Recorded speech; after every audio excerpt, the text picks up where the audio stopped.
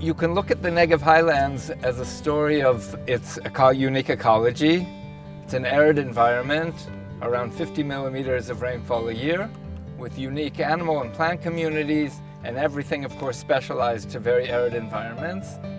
And it's open spaces, and it's places to recreate, and places for spirituality and to be alone. On the other hand, you can look at it as it's thousands and thousands of years of human history. We're sitting right above prehistoric rock carvings, and we have behind us the Nabatean spice root, which was recognized by UNESCO as a National Heritage Site in 2005. And of course you have people who live here, and if you do a sweep of the area below me, it's hardly unpopulated. There's a Bedouin community that lives here. There are single-family farms that are here. There are army firing zones. There are tourism attractions. There's infrastructure. There's a road going down to Eilat. There's two small towns, one in the north and one in the south.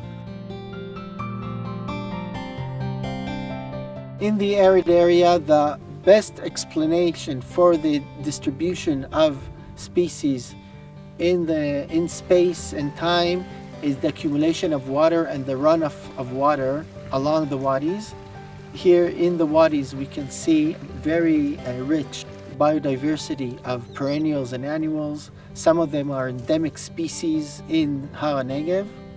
Har Negev area is very rich in wildlife, such as the Nubian ibex, the oryx that was reintroduced to this area in the 90s, the wild ass that was reintroduced to this area during the 80s, caracal, wildcats. The striped hyena is quite common in this area. There are 3 species of foxes that can be found in the area. The Dorcas gazelle is quite common, and early in the morning it's quite common to see them within the wide wadis.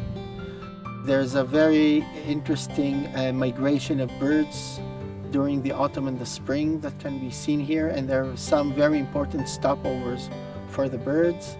There's the sand grouse. There in this area we can find 3 different species of sand grouses, that some of them come to drink in the agricultural areas and close to the settlements.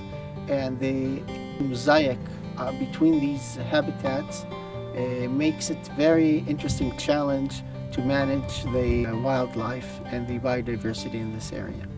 This high biodiversity is supported by the ecosystem, and our main aim is to have a large and connected diversity of ecosystems in order to manage the entire biodiversity of this area. The Negev Desert really is one of the most beautiful places in my eyes. The only place in Israel where you have huge expanses of land and open space, so it's actually quite an amazing place.